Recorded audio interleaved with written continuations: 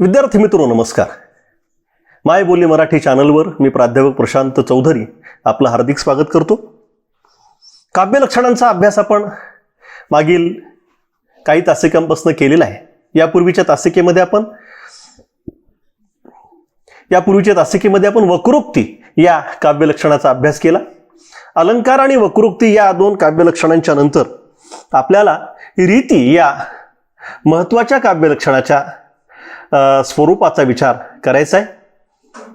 रीती या काव्य लक्षणाच्या प्रतिपादनाचं श्रेय मुख्यत्वे वामनाला आपण देतो आणि या वामनाचा यापूर्वी आपल्याला परिचय झालेलाच आहे. अलंकार या काव्य लक्षणाचं स्वरूप समजून घेत असताना वामनाने जे सूत्र आपल्यासमोर ठेवलं होतं की काव्यम ग्राह्यम अलंकारात सौंदर्यम अलंकारः, हेच सूत्र वामन रीती विचारामध्येही पुढे नेत असलेला आपल्याला दिसतो. रीतीच्या संदर्भामध्ये वामनाने ठेवलेलं जे महत्वाचं सूत्र आहे त्याचा प्रथम आपण या ठिकाणी उल्लेख करूया. वामन असं म्हणतो, रीती आत्मा काव्यस्य विशिष्टा पदरचना रीती. त्याला असं म्हणायचंय की रीती हा काव्याचा आत्मा आहे. रीती हा काव्याचा आत्मा आहे. वामनाचं हे वैशिष्ट्य आहे की वामन एखाद्या शिक्षकासारखा, शिक्षक जसा एखादी संकल्पना मांडत असताना विद्यार्थ्यांना सहजपणे ती लक्षात यावी यासाठी सोदाहरण मांडणी करत असतो, उदाहरणांसह स्पष्टीकरण देत असतो, तशी स्पष्टीकरण वामन प्रत्येक वेळा देत असलेला आपल्याला दिसतो. म्हणजे अलंकाराच्या बाबतीमध्ये सुद्धा आपल्याला ही बाब लक्षात आली असेल. काव्यम ग्राह्यम अलंकारात असं त्यांनी म्हटलं. पण लगेच प्रश्न उपस्थित जेव्हा होतो की अलंकार म्हणजे काय, तेव्हा त्याचंही तो स्पष्टीकरण देतो की सौंदर्य म्हणजे अलंकार. वस्तुतः सौंदर्य हाच अलंकार आहे. तसं इथं रीतीच्या मध्ये सुद्धा रीतिरात्मा काव्यस्य, रीती हा काव्याचा आत्मा हे तो सांगतो.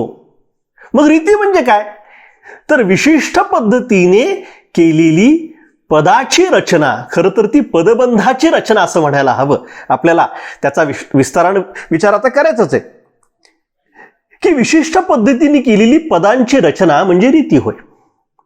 काव्यातील ओळींना पद म्हटलं जातं. आपण पद्य असं म्हणतो काव्याला. म्हणजे काव्यामध्ये पद असतात, काव्यामध्ये जे ओळी असतात त्याला आपण पद म्हणतो. विशिष्ट पद्धतीने केलेली पदांची मांडणी म्हणजे रीती असं त्यानं सांगितलेलं आहे. वामनाच्या या रीती विचारावर विश्लेषण करत असताना अनेक अभ्यासकांनी वामनाचा हा रीती विचार काव्याच्या बाह्यांगाचा म्हणजे शब्दार्थांचा विचार करणारा विचार आहे अशीच त्याची संभावना करण्याचा प्रयत्न केलेला आहे. लक्षात घ्या. म्हणजे वामन हा बाह्यांगालाच आत्मतत्व प्रदान करतो असं काहीसं एक विधान अनेक अभ्यासकांनी केलेलं आपल्याला दिसतं. वस्तुतः तसं नाहीये. वामनाचा हा रीती विचार मुळात गुणविचारच आहे. अंतिमतः हा गुणविचार आहे. सूत्र काय वामनाचं, विशेषो गुणात्मा. म्हणजे एकूण वामनाची 5 सूत्र आपण कायम आपल्या नजरेसमोर ठेवावीत. म्हणजे वामनाला काय मांडायचं आहे आणि कशा पद्धतीने काव्याचं विश्लेषण करायचंय हे लक्षात येऊ शकतं. पहिली 2 पदं अलंकार या काव्य लक्षणाच्या संदर्भामध्ये आपण पाहिली. काव्यम ग्राह्यम अलंकारात पहिलं पद, सौंदर्यम अलंकार हा दुसरं पद, रीती आत्मा काव्यस्य तिसरं पद, विशिष्टा पदरचना रीती ही 4थं पद आणि विशेषो गुणात्मा हे 5वं पद. या 5ही पदांमधून एकूण काव्याच्या स्वरूपाकडे पाहण्याची जी वामनाची दृष्टी आहे ही किती मूलभूत, किती सूक्ष्म, किती मार्मिक आणि किती रसिकतेची आहे याचा प्रत्यय येऊ शकतो.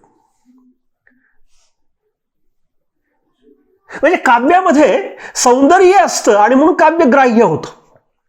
आता काव्यामध्ये हे सौंदर्य कशामुळे येतं, तर काव्यातले जे शब्दार्थ असतात हे विशिष्ट गुणांनी मंडित झालेले असतात. वामनाचं हे श्रेय मोठं की वामनानं या काव्य चर्चेला एका सैद्धांतिक परिभाषेमध्ये बसवण्याचा प्रयत्न केला. म्हणजे भरतमुनींच्या नंतर जर अशा पद्धतीने सैद्धांतिक मांडणी कुणी केली असेल भारतीय परंपरेमध्ये, ती वामनाने आणि नंतर आनंदवर्धनाने.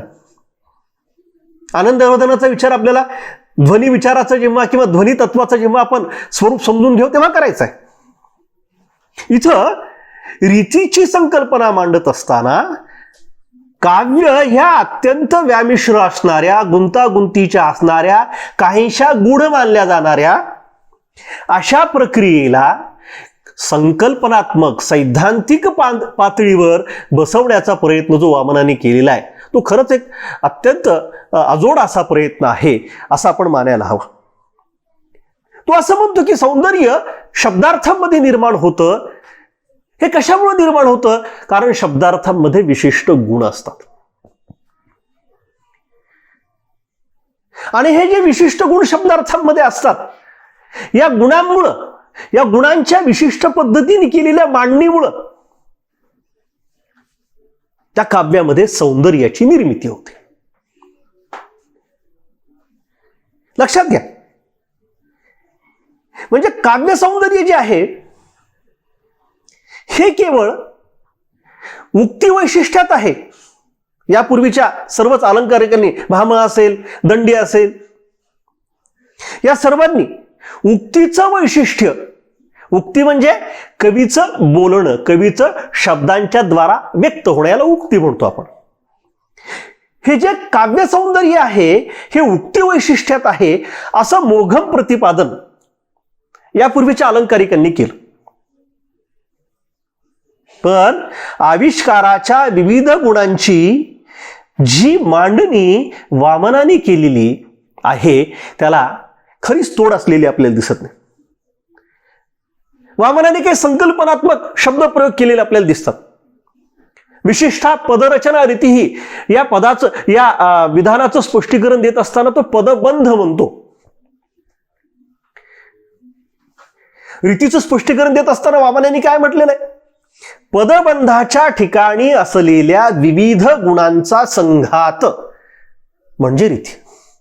संघात म्हणजे स्वाभाविक रीतीने झालेलं एकत्रीकरण. संघ ज्याला म्हणतो आपण.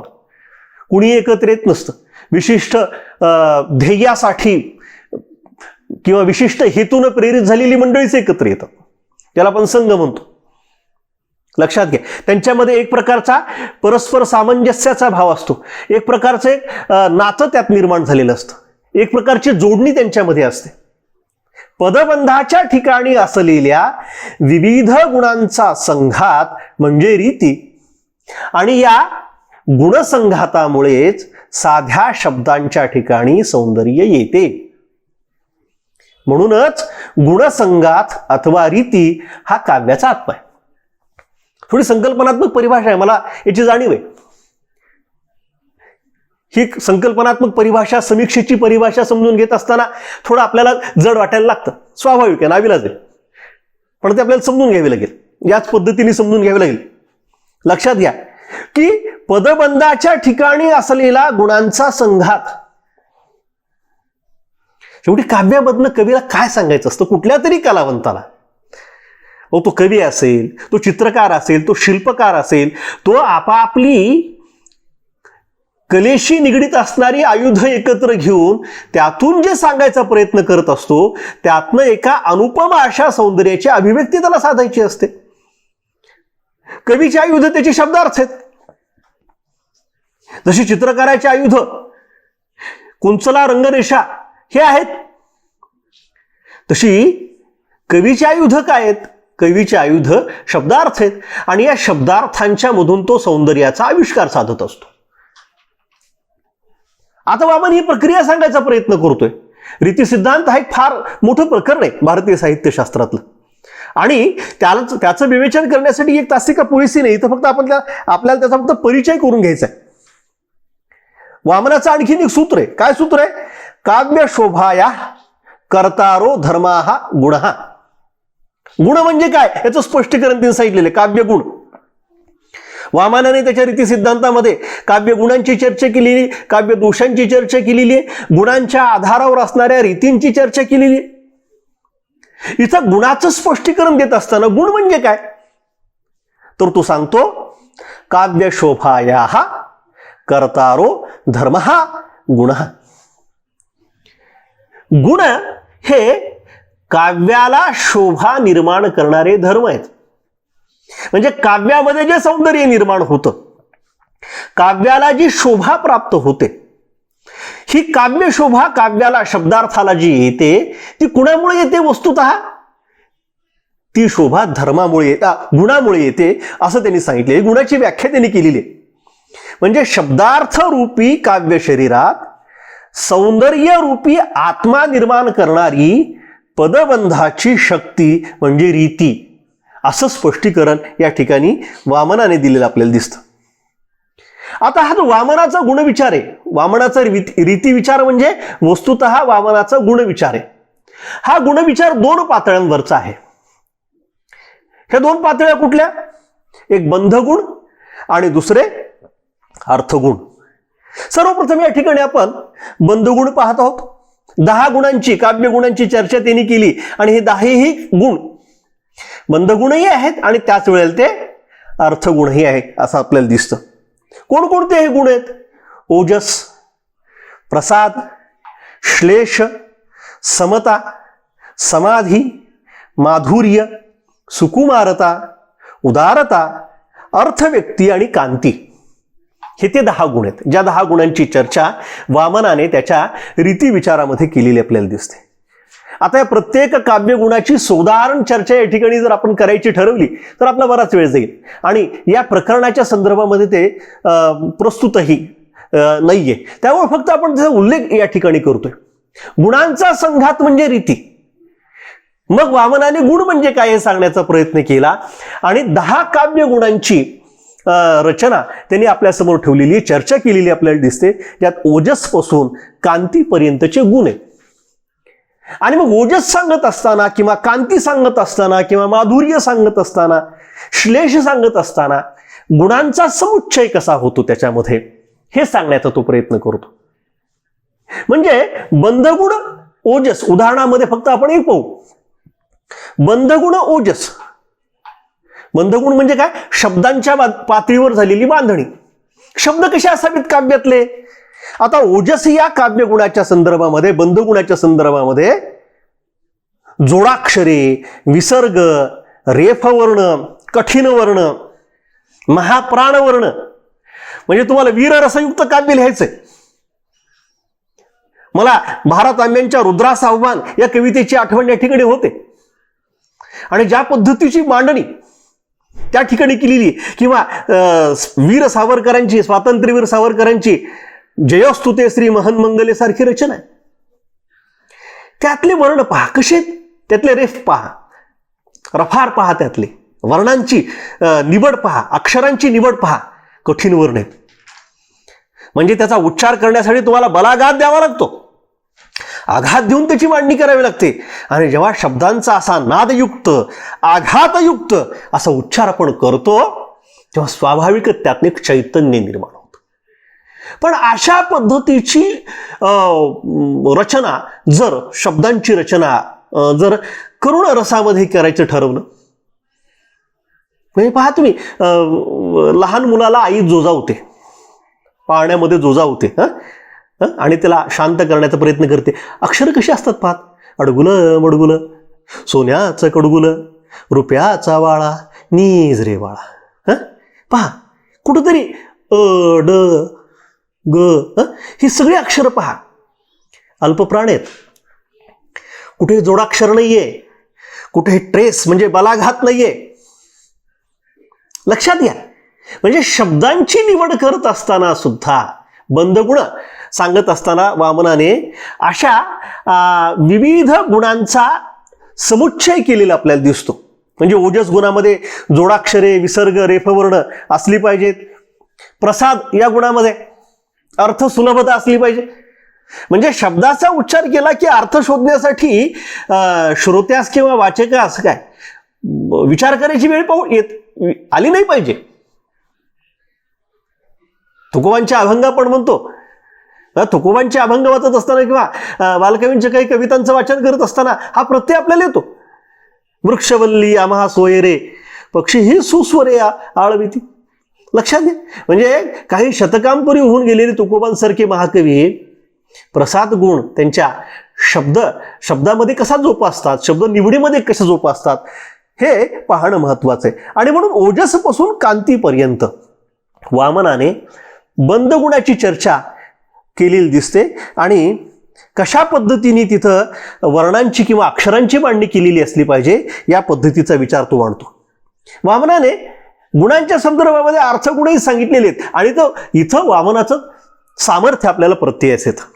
एक अभ्यासक म्हणून वामनाला अलंकारिक जरी म्हटलं जात असतं तरी तो मीमांसकही आहे.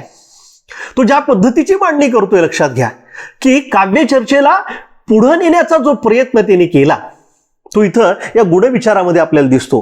ओजसपासून कांतीपर्यंतच्या ज्या 10 काव्य गुणांची त्यांनी चर्चा आपल्याला केलेली दिसते. जसा तो शब्दगुण आहे, बंदगुण आहे, तसेच हे 10 गुण अर्थगुणही आहेत. ओजस म्हणजे अर्थाची प्रौढी, कवीचा साभिप्राय आविष्कार त्याच्यामध्ये दिसला पाहिजे. प्रसादामध्ये अर्थाची प्रत्येकता असली पाहिजे. नुसते शब्द कानाला गोड वाटून चालत नाही, तर त्यातला अर्थ जो आहे तो अर्थ सुद्धा सुलभ असला पाहिजे, सुभग असला पाहिजे. अनेक कवींच्या रचना या ठिकाणी आपल्याला उद्धृत करता येतील, परंतु विस्तार भयास्तव मी या ठिकाणी फार चर्चा करत नाही. लक्षात घ्या की वामनाने या पद्धतीने रीतीची मांडणी केलेली आपल्याला दिसते. बंधगुण आणि अर्थगुण या पद्धतीने रीतिगुणांची मांडणी त्यांनी केलेली आपल्याला दिसते. निरनिराळ्या रीतींची कल्पनाही यातनं त्यांनी पुढे आणलेली आपल्याला दिसते. म्हणजे रीती हा जरी संप्रदाय किंवा हा जरी विचार वामनाच्या नावाने आपण ओळखत असलो तरी रीती या पूर्वीपासूनही अस्तित्वात होत्याच, परंतु वामनपूर्व रीती जी होती ही रीती प्रदेशवाचक नामांनी ओळखली जायची. उदाहरणार्थ गौड देशातील म्हणजे बंगाल प्रांतातील ती गौडी, विदर्भात रूढ असलेली ती वैदर्भी, पांचाल प्रदेशातील ती पांचाली, असे प्रदेशवाचक भेद जे यापूर्वी होते. वामनाचं हे श्रेय आहे की त्यांनी हे प्रदेशवाचक भेद नाहीसे केले आणि त्यांना आता यापूर्वी ज्या गुणांचं आपण चर्चा केली त्या गुणांचं अधिष्ठान प्राप्त करून दिलं. म्हणजे वैदर्भीत प्रसादापासून प्रसाद, माधुर्य, कांती या 10ही गुणांचं प्राचुर्य त्यांनी बंधगुणात आणि अर्थगुणात सांगितलं. गौडीमध्ये ओज आणि कांती हे गुण त्यांनी सांगितले. पांचालीत माधुर्य आणि सौकुमार्य या गुणांची चर्चा त्यांनी केली. अशी रचना वामनाने करून रीतीला या ठिकाणी सुस्थापित करण्याचा प्रयत्न केला. विद्यार्थी मित्रांनो, जेव्हा आपण रसचर्चेमध्ये जाऊ आणि शब्दशक्तीने अर्थविचार या प्रकरणाचा विचार करू तेव्हा वामनाने हे जे काही या ठिकाणी सांगण्याचा प्रयत्न केलेला आहे रीतीच्या संदर्भाने, तेव्हा त्याची आपल्याला व्यापक पद्धतीने चर्चा त्या ठिकाणी करायची आहे. आजच्या या तासिकेमध्ये फक्त आपण रीती म्हणजे काय, वामनाने रीतीची संकल्पना कशी मांडलेली आहे आणि रीतीचं स्वरूप कसं आहे याची फक्त एक तोंडओळख या ठिकाणी करून घेतली. मला खात्री आहे माझी ही मांडणी आपल्याला भावली असल्यास आपण माझ्या या व्हिडिओला लाईक करावं. आपल्या काही अडचणी असतील तर माझ्या यूट्यूब चॅनलवर कृपया आपण विचाराव्यात. काही माझ्या मांडणीमध्ये आपल्याला दुरुस्त्या सुचवाव्या वाटत असतील तर नक्कीच त्या दुरुस्त्या सुचवाव्यात एवढी विनंती करतो आणि आजची तासिका थांबवतो. धन्यवाद.